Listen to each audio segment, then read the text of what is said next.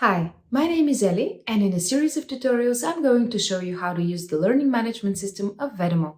I hope you find this useful. In just a few steps, I'm going to show you how to log into your organization's LMS. The learning management system login process is the same for all users with registered accounts. First, type the address of your organization in the address bar. It follows the same structure for all organizations.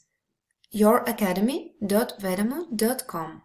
Next, enter your email address or username and your password to access your account. Ensure accuracy when typing your password, as it is case sensitive. Keep your caps lock and num lock in check if you face any login issues.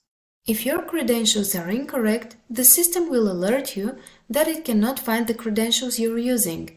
Use the forgotten password link in this case. The system will prompt you to enter your registered email address, and you will receive an email with instructions and a reset link. Type in your new password, confirm it, and press the Save button.